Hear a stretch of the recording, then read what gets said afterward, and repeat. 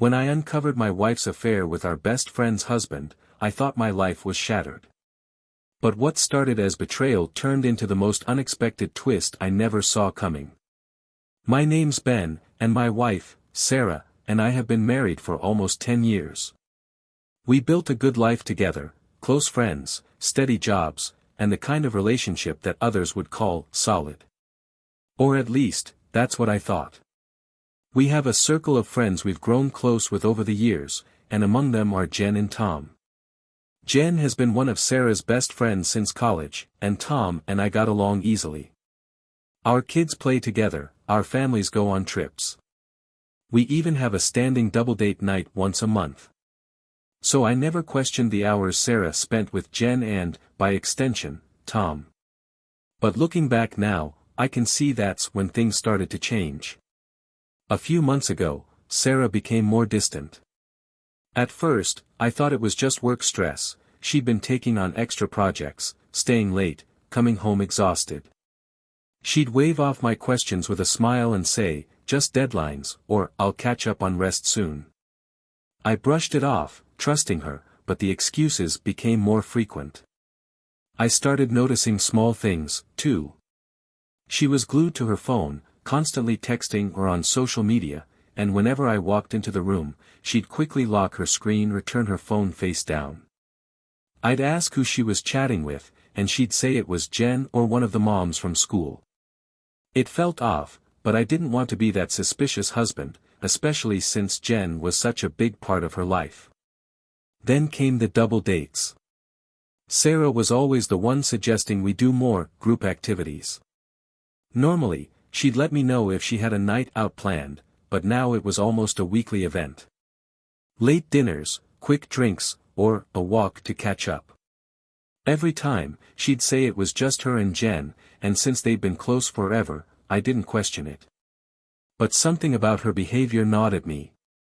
I tried to ignore it, convincing myself I was just being paranoid. After all, I had no real reason to doubt her, or so I thought. I could never have imagined what was really going on beneath the surface. As the weeks passed, Sarah's late nights became the norm. She'd come home smelling faintly of perfume that wasn't hers, with her hair slightly out of place, and her excuses became more practiced, almost rehearsed. I tried to push down my growing doubts, telling myself that she was just trying to blow off steam with Jen. But a voice in the back of my mind kept questioning things, and soon, I started noticing patterns. One night, I decided to test the waters. I casually asked her if she wanted to invite Jen and Tom over for a barbecue that weekend, something we did often with our friends. But her reaction was odd. She hesitated for a split second, then shrugged, saying, "Maybe Jen and I will plan something next month instead. She's been so busy lately." She didn't even mention Tom, which struck me as strange. Usually, she'd add a funny anecdote about him or something he'd said to Jen. But this time, it was as if she didn't want to bring him up at all. That same night, I noticed her texting late, her face illuminated by the screen. She was smiling, a soft, secretive smile that I hadn't seen in a while. I asked her if it was Jen, and she nodded, barely looking up. "Yeah, we're just catching up," she said, her voice light, too casual. My curiosity got the better of me. I casually mentioned that Tom and I were thinking of planning a guys' night out, hoping to see if she'd let something slip. She looked up from her phone, her face blank for a moment, and then she forced a laugh. "Tom's been busy too. I doubt he'll have time." The evasiveness made me suspicious. I brushed it off at first, but soon enough, I found myself looking for more signs. I hated that I was doing it, that I was questioning her like this. But it felt like Sarah was pulling away, and I couldn't understand why. A few days later, she mentioned that she'd be heading out again that night, saying she'd probably be home late. She didn't even try to specify where she was going, just that she'd catch up with Jen. I nodded, letting her go without another word, but as soon as the door closed behind her, I felt a pang of frustration. I couldn't ignore it anymore. Something was definitely wrong, and I was determined to figure out what it was. That night, after Sarah left, I sat alone, wrestling with a decision. Part of me wanted to trust her, to believe that all these suspicions were just paranoia. But another part of me, a stronger, nagging part, couldn't ignore the feeling that something was off. So, reluctantly, I picked up my phone and scrolled through our messages, looking for Tom's number. I figured if anyone could give me some insight, it would be him. I sent a quick, casual message, "Hey, man. Just checking in, any chance you're free to grab a drink sometime? Feels like forever since we caught up." The message sat there, unread. Hours passed, and nothing. I told myself that he was probably busy or out with Jen. But around midnight, I decided to drive around a bit, hoping to clear my mind. It was a last-minute decision, but something about sitting alone in the house felt unbearable. Without planning it, I ended up driving past the restaurant where Sarah and I used to go on date nights. As I approached, I noticed two familiar figures through the large front windows, Sarah and Tom, sitting at a corner table, leaning in close. It wasn't just their presence that alarmed me, it was their body language. She was laughing, her hand lightly touching his arm, and his expression held an intensity one couldn't ignore. My heart raced, but I didn't go inside. Instead, I parked across the street, watching as they stayed locked in their own little world, oblivious to anyone else around them.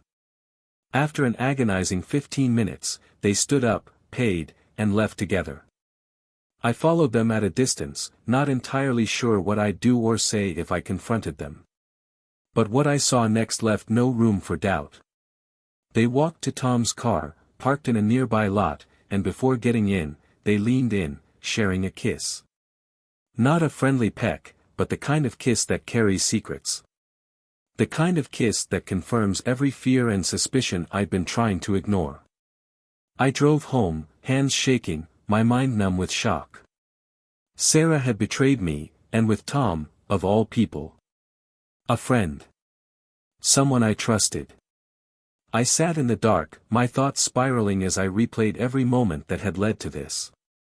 When Sarah got home later that night, she acted as though everything was normal, like she hadn't just shattered our life. I stayed quiet, pretending to be asleep, but inside, something had irrevocably changed. The truth was out, and I knew I'd have to confront her. But I wasn't sure how, or if I was ready for her response. The next morning, I woke up with a new clarity. The shock had settled into a cold, calculated anger. Sarah had shattered my trust, and Tom had betrayed our friendship in the worst possible way. It was no longer just about confronting them, I wanted them to feel the weight of what they'd done. And I knew exactly where to start. I had taken a photo of their kiss from the night before, snapping it from a distance through my car's windshield. It was blurry but unmistakable, a damning piece of evidence. I took a deep breath, opened up my messages, and sent it to Jen, Tom's wife. I kept the message simple: "You deserve to know the truth." Within minutes, Jen responded, her shock and devastation clear even through text. She asked if we could meet, and I agreed, knowing we were both in this together now.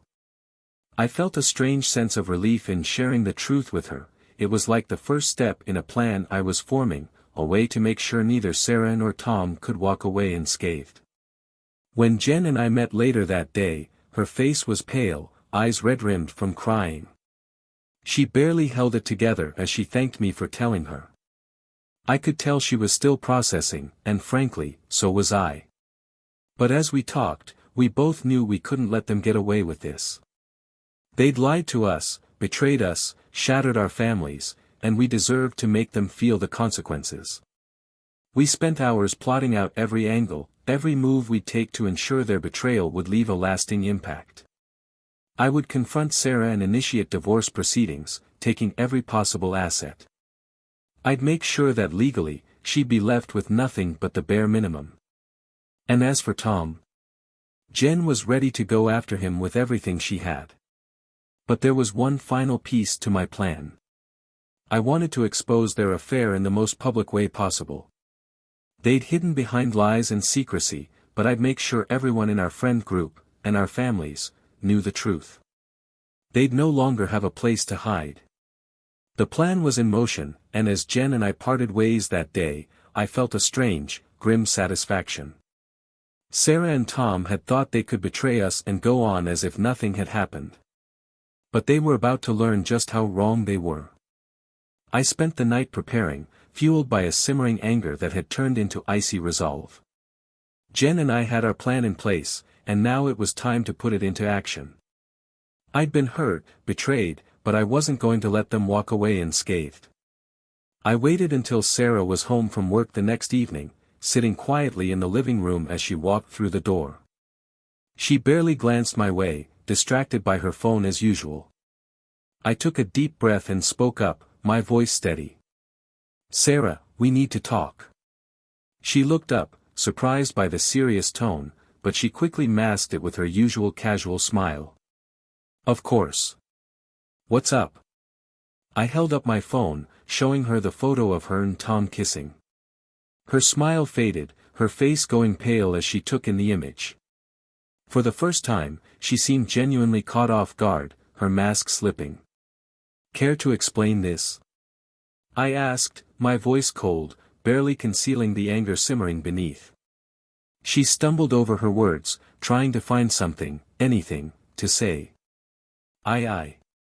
Ben, it's not what it looks like. Tom and I, it was a mistake, it just happened once." I cut her off. "Don't insult me, Sarah. I know it's been going on for months. I trusted you. We all trusted you. But now, I'm done. I've already spoken to Jen, and she knows everything." Her eyes widened in shock and fear. She opened her mouth to say something, but she couldn't seem to find the words. The realization that her entire world was unraveling right before her eyes was written all over her face. "Here's how this is going to go," I continued, keeping my voice firm. "I'm filing for divorce, and I'm taking everything I can. You've shown me exactly who you are, and I'm done letting you lie your way through this." Sarah tried to plead, her voice cracking, but her words felt empty, hollow. "Ben, please. We can work through this. I made a mistake, but I love you." "No," I said firmly, silencing her. "You didn't make a mistake, Sarah. You made a choice. Over and over again. And now you get to live with the consequences." I walked out, leaving her in stunned silence, not bothering to hear her next excuse. My mind was already set on the next step, making sure our friends and family knew the truth. She and Tom had hidden their affair long enough, but now, they'd face the fallout. As I left the house, I felt a strange sense of liberation. I was finally taking back control, moving on from the lies, and making sure they couldn't hide from the damage they'd caused. The next morning, I woke up with one goal in mind, to make sure that everyone who mattered to us knew the truth. I'd already spoken to Jen about sharing what we discovered, and she was completely on board. We agreed that our families, our close friends, and our wider circle deserved to know the reality behind Sarah and Tom's lies. They hadn't just betrayed their spouses, they'd deceived everyone who cared about them. I started with our group chat, a space we shared with close friends who were like family. It was where we'd planned barbecues, birthday parties, weekend getaways. Now it would be the place where the truth came out. I posted the photo of Sarah and Tom's kiss with a simple message: "For everyone who trusted Sarah and Tom, you deserve to know what's been going on behind our backs." Within minutes, my phone started buzzing with reactions, first shock, then anger, and finally an outpouring of support. Friends who had once laughed with us and shared meals were now rallying behind Jen and me, disgusted by the betrayal. One by one, people reached out, expressing disbelief and offering support. A few even shared their own suspicions, piecing together moments when things hadn't seemed right but they hadn't wanted to believe it. Then, the calls from family started coming in. My parents, who'd always thought highly of Sarah, were devastated but stood by me without question. Jen's family reached out as well, offering comfort and support to her as she navigated the same turmoil. In just a few hours, Sarah and Tom's perfectly curated images had been shattered. There were no more lies to hide behind, no more chances to deceive us. They were exposed, their actions laid bare for everyone to see.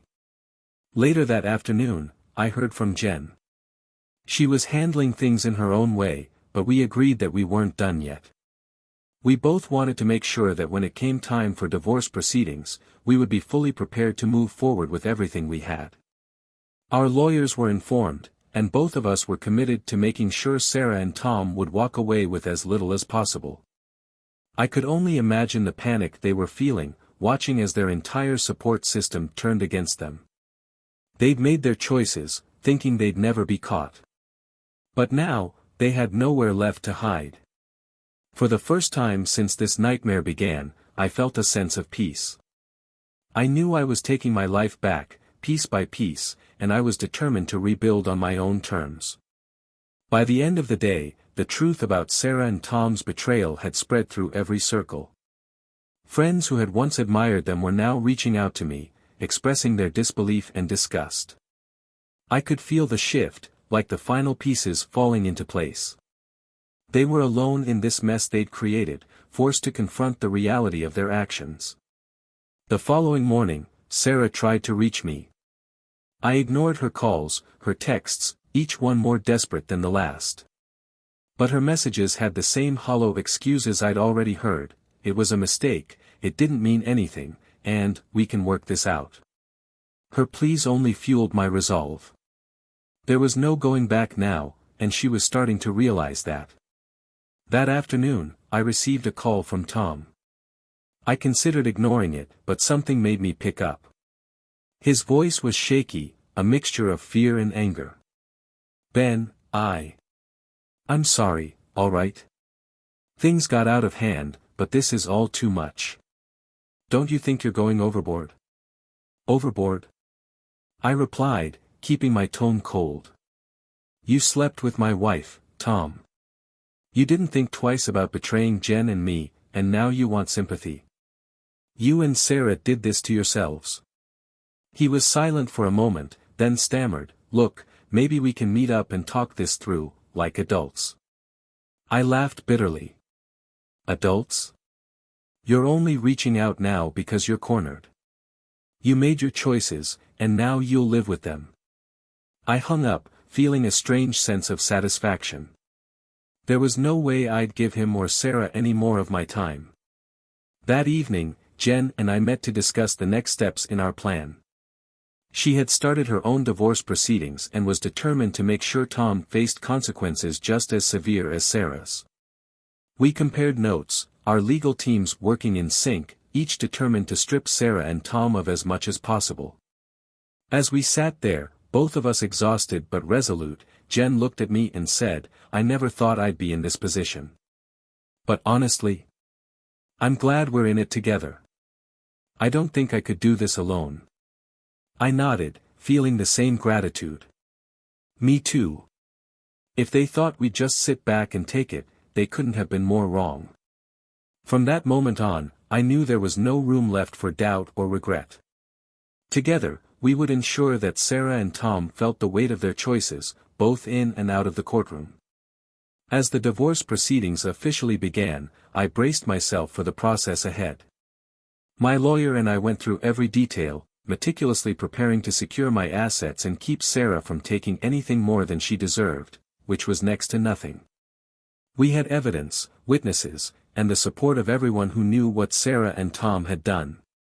Jen and I stayed in close contact, exchanging updates as our lawyers coordinated.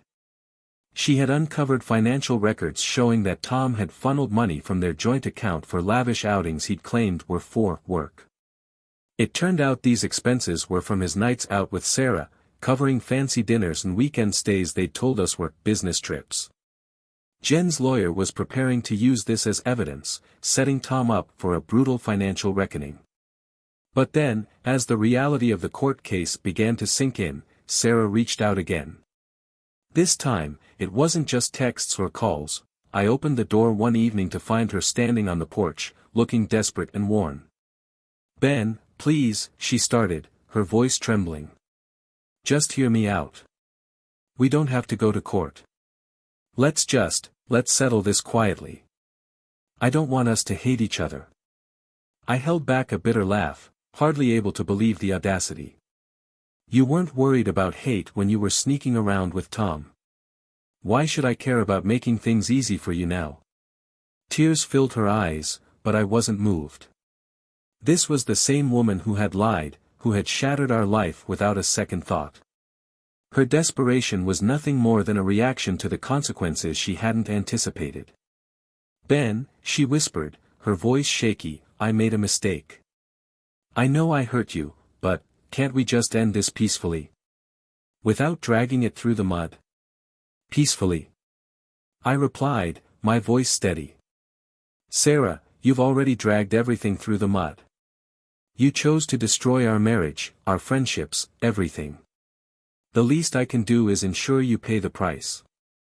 She was silent, her eyes widening as she realized there was no sympathy left for her to cling to. I stepped back, closing the door without another word, leaving her to stand alone outside. Later, I called Jen to let her know about Sarah's visit. She had a similar story. Tom had tried reaching out, begging to settle things without the mess. But like me, Jen saw right through it. They were only sorry because they'd been exposed, desperate now that they were cornered with no one left to lie to. Jen and I agreed to stay the course, determined to see this through to the end. As difficult as the road ahead would be, we both knew that this was about reclaiming our lives and ensuring that Sarah and Tom would face the consequences they'd worked so hard to avoid. The day of the first court hearing finally arrived, and the tension was palpable. Jen and I sat side by side, our lawyers on either side of us, ready to lay out every detail of Sarah and Tom's betrayal. Across the room, Sarah and Tom sat with their own legal teams, avoiding our gazes, their faces tense and worn. They looked like strangers now, two people we once trusted, now reduced to nothing more than adversaries. Our lawyers began with the evidence we'd gathered, photos, text messages, receipts from their secret meetups, and the financial records showing the money Tom had siphoned from his joint account with Jen to fund his time with Sarah. Every piece painted a picture of their deception, each one revealing how carefully they'd orchestrated their affair while lying to everyone around them. As the evidence was presented, I watched Sarah's face. She looked pale, her expression a mixture of regret and fear, but I couldn't bring myself to feel sympathy. She had made her choices, and now she would answer for them. The judge listened attentively as our lawyers laid out the case, establishing not only grounds for divorce but also why both Sarah and Tom should walk away with as little as possible. Jen's lawyer emphasized the emotional distress they had caused, as well as the financial manipulation Tom had carried out to cover up the affair. My lawyer underscored the betrayal, describing the damage it had done to both families and the need to protect the assets and custody rights from further disruption. Then it was Sarah's turn to speak. She stood up, her voice trembling as she tried to address the court, painting herself as someone who had made mistakes but still valued the years we'd shared together. She tried to convince the judge that she deserved a fair settlement, that she still wanted to preserve something from our marriage. But the words rang hollow. When Tom took the stand, he fared no better. He tried to downplay the financial manipulation, claiming that the expenses were just small gestures between him and Sarah. The judge's disapproving look said it all. This wasn't about small gestures. This was about betrayal, recklessness, and the damage they'd inflicted on everyone around them. By the end of the hearing, it was clear that the judge wasn't sympathetic. The courtroom atmosphere was charged, and I could tell from the judge's closing words that this case wouldn't end favorably for them. Afterward, as Jen and I walked out of the courthouse, we shared a look of grim satisfaction. The first battle had been won, and now, it was just a matter of following through to ensure that Sarah and Tom would face the full weight of their choices. They thought they'd walk away clean, Jen muttered, a hint of bitterness in her voice. Not anymore, I replied, a sense of finality settling in. For the first time, I felt the grip of their betrayal loosening, knowing we were one step closer to reclaiming the peace we deserved.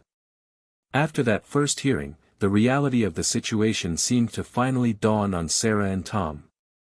Their smug confidence had been shattered, replaced with a tense desperation. They were cornered, and there was no easy way out. Over the next few weeks, Jen and I stayed focused, working closely with our lawyers to ensure that every asset, every decision, would go in our favor. The next court session came up quickly, and this time, we delved into the specifics of asset division. My lawyer laid out a compelling case, demonstrating that Sarah's actions had voided any claim she might have had to the house, our savings, or even the belongings we'd shared. My goal was clear: I wanted her to walk away with nothing more than her personal items. Meanwhile, Jen's lawyer did the same with Tom's finances, emphasizing how he had misappropriated their joint funds to support his affair. The judge reviewed everything carefully, and by the end, we knew that the decisions would not go well for Sarah and Tom. The final rulings were devastating for them. The judge awarded me full ownership of the house and the majority of our joint assets, leaving Sarah with only the bare minimum. She would not receive any spousal support, and her financial claims were denied. Jen received the same victory. Tom lost most of their joint assets, along with his financial credibility, and Jen retained control over their family finances and assets. The judge had recognized the severity of the betrayal and ruled in our favor on nearly every count. But the consequences went beyond the courtroom. Our friends, who had initially been shocked by the affair, rallied around us. People who had once enjoyed Sarah and Tom's company turned their backs on them, appalled by the deceit they'd orchestrated. Friends we'd shared for years stopped inviting them to gatherings, choosing to stand by Jen and me. It was as if Sarah and Tom had been erased from the community we'd built together, left to face the isolation they'd brought upon themselves. One evening, as Jen and I sat on my porch, she looked out at the sunset, a faint smile playing on her lips. "It's strange," she said, "I thought this would feel like a loss. But now, I feel like I'm finally free." I nodded, understanding exactly what she meant. We were no longer bound by their lies, no longer forced to live with the weight of betrayal on our shoulders. The process had been painful, but we'd emerged stronger, finally able to close this chapter and look forward to a future free from their deceit. Sarah and Tom, on the other hand, had nothing left but each other, a pairing bound by betrayal and regret. And as for Jen and me, we walked away with our dignity intact and a sense of peace that was worth more than anything we'd lost. In the weeks that followed the final court decision, life began to settle back into a new rhythm. The weight of the betrayal no longer loomed over every thought. Instead, there was a quiet relief in knowing that it was finally over. Jen and I had won our cases, secured our lives, and gained something even more valuable: freedom. For Sarah and Tom, however, the fallout continued. Word of their affair had spread beyond just our friends. It seemed like nearly everyone in our social circle knew the truth now. Sarah tried to reach out a few times, but I ignored every call, every message. I had nothing left to say. Tom made similar attempts with Jen, but she was equally resolute, blocking him and refusing to look back. Their lives, once full of connections, gatherings, and shared laughter, had narrowed down to a stark loneliness. People distanced themselves from them, disgusted by the betrayal, and they found themselves isolated. It was as if the betrayal had cast them into their own isolated corner, forcing them to confront each other and the choices they'd made. One day, Jen called to check in, her voice light, almost cheerful. "Ben, I'm finally getting around to redecorating the house," she laughed. "It's strange, but I feel like I can finally make it my own." I smiled, recognizing the same sense of liberation. "I know the feeling," I replied. "It's like I can finally breathe in this house again, without feeling that shadow of deceit." She and I spoke often, helping each other through the smaller struggles, finding strength in knowing we weren't alone. We shared the small victories, redecorating, making new friends, exploring interests we hadn't had time for before. I poured myself into projects I'd neglected, rediscovering parts of myself I'd lost along the way. Sarah and Tom, meanwhile, faded into the background. Their actions had cost them everything, and now they were left with the life they'd chosen, bonded by their mistakes. I heard through mutual friends that they'd tried to salvage their relationship, but things were strained. Trust, it turned out, was something they'd sacrificed, leaving them with nothing but regrets.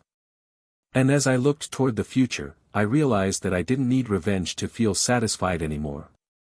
I'd already won. I had my peace, my dignity, and a new beginning, free from the shadows of their betrayal.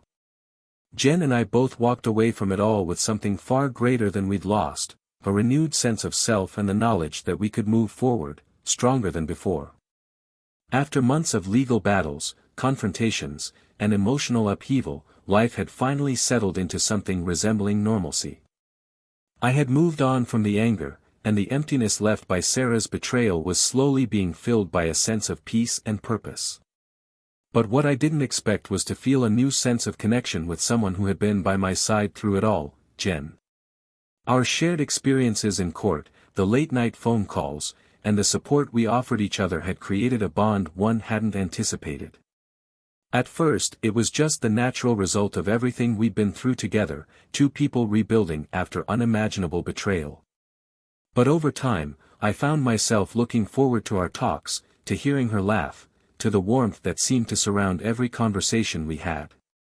Jen had gone from being a friend, then an ally, to someone I genuinely wanted to spend more time with. One afternoon, after a final follow-up meeting with our lawyers, we went out for coffee, just to catch up and unwind. We laughed, talking about how ridiculous certain moments in court had been and how we'd never expected to become legal experts on dividing assets. But as the conversation drifted into quieter moments, I felt a shift. I noticed how she looked at me, her smile softening, and for the first time, I sensed something more than friendship. "Ben," she said after a pause, her eyes meeting mine with a hint of vulnerability, "I don't think I could have gotten through all this without you." I felt a warmth spread through me, and without thinking, I reached across the table, taking her hand. "Same here, Jen. I don't think I've ever trusted anyone like this." We sat there, holding hands in silence, as if acknowledging everything we'd been through and the new beginning that lay ahead of us. That simple moment felt like the start of something honest, something built on understanding and trust, the kind of connection we both thought we'd lost. From that day on, things between us shifted naturally. We began spending more time together, not just to talk about the past but to share moments of the present. Walks in the park, dinners, even weekend trips to get away from the familiar places tied to old memories. With Jen, everything felt real, easy, and unforced. It was as if all the pain we'd endured had led us to this, to a connection built on honesty, loyalty, and mutual respect. The court had brought us together, but now, we were choosing to move forward, together, on our own terms. Jen and I found ourselves in a place we never expected, happy, in love, and ready to start fresh. What had begun as mutual support through heartbreak had grown into something so much deeper. We'd both been broken, but together, we'd found strength, healing, and the ability to trust again. As we built a new life, the remnants of the past faded further into the background. But from time to time, we'd hear snippets about Sarah and Tom. It seemed their love hadn't lasted long in the harsh light of reality. Without the thrill of secrecy, they'd quickly discovered the flaws they'd ignored. They were each at rock bottom, isolated, financially strained, and left to confront their choices without anyone by their side. Their relationship had become a string of arguments, each one revealing the resentment and blame they harbored for each other. Tom was bitter about the financial losses and the friendships he'd burned, while Sarah, once confident and sure of herself, found it impossible to rebuild her life with the damage she'd caused.